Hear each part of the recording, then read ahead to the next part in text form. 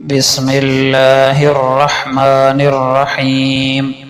حضرت عمر ابن خطاب رضی اللہ عنہ سے روایت ہے، کہتے ہیں کہ رسول اللہ صلی اللہ علیہ وسلم نے فرمایا، اگر تم اللہ پر اس طرح بھروسہ کرو جس طرح توکل کرنے کا حق ہے تو وہ تمہیں اس طرح رزق دے گا جس طرح پرندوں کو رزق دیتا ہے۔ صبح کو وہ بھوکے نکلتے ہیں اور شام کو پیٹ بھر کر واپس آتے ہیں۔ سیدنا ابو ہریرہ رضی اللہ عنہ سے روایت ہے کہ ایک شخص رسول اللہ صلی اللہ علیہ وسلم کے پاس آیا اور دریافت کیا کہ میری بھلائی اور حسن معاملہ کا سب سے زیادہ مستحق کون ہے؟ آپ صلی اللہ علیہ وسلم نے فرمایا، تیری ماں۔ اس نے پھر پوچھا، اس کے بعد؟ آپ صلی اللہ علیہ وسلم نے فرمایا، پھر بھی تیری ماں۔ اس نے چوتھی مرتبہ پوچھا تو آپ صلی اللہ علیہ وسلم نے فرمایا، پھر تیرا باپ۔ حضرت ابو ذر رضی اللہ عنہ روایت کرتے ہیں کہ نبی اکرم صلی اللہ علیہ وسلم نے فرمایا، زہد اور دنیا سے بے تعلقی یہ نہیں ہے کہ خدا تعالی کی حلال کی ہوئی چیزوں سے اس طرح بچنے لگو جس طرح حرام سے بچا جاتا ہے، اور اس کے دیے ہوئے حلال مال کو بے جا اڑانا شروع کر دو۔ زہد تو یہ ہے کہ جو مال تمہارے قبضے میں موجود ہے اور جو تمہارے ملک میں نہیں، اللہ کے قبضے میں ہے، اعتماد کے لحاظ سے تمہاری نظروں میں دونوں برابر نظر آئیں۔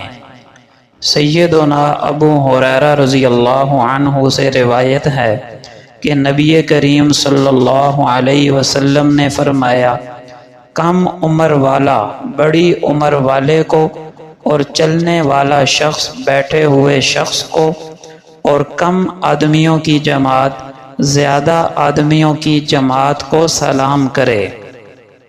حضرت ابو ہریرہ رضی اللہ عنہ فرماتے ہیں کہ رسول اللہ صلی اللہ علیہ وسلم نے یہ آیت پڑھی۔ ترجمہ: اس دن زمین اپنے سارے احوال بیان کر دے گی۔ اور صحابہ سے پوچھا، جانتے ہو احوال بیان کرنے کا مطلب کیا ہے؟ انہوں نے کہا، اللہ اور اس کا رسول ہی بہتر جانتے ہیں۔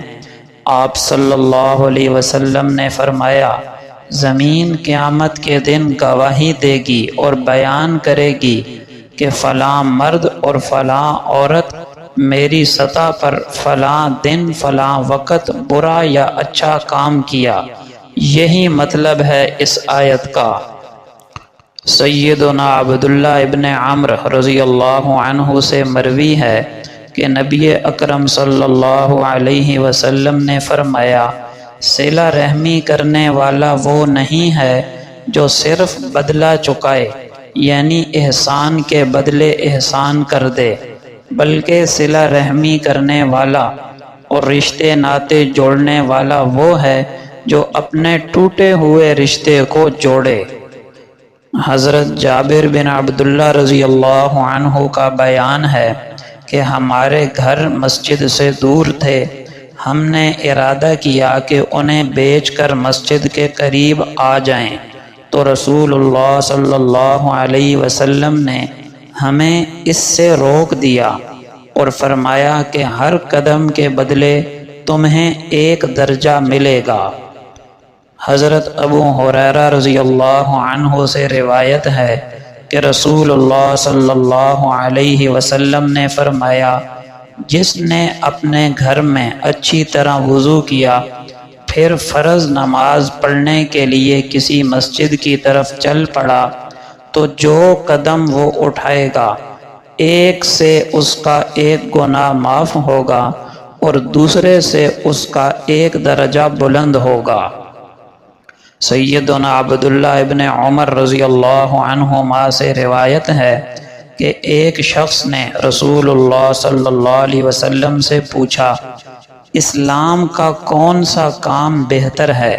تو آپ صلی اللہ علیہ وسلم نے فرمایا محتاجوں کو کھانا کھلانا، اور جس کو تو جانتا پہچانتا ہو اور جس کو نہ جانتا پہچانتا ہو، الغرض سب مسلمانوں کو سلام کرنا۔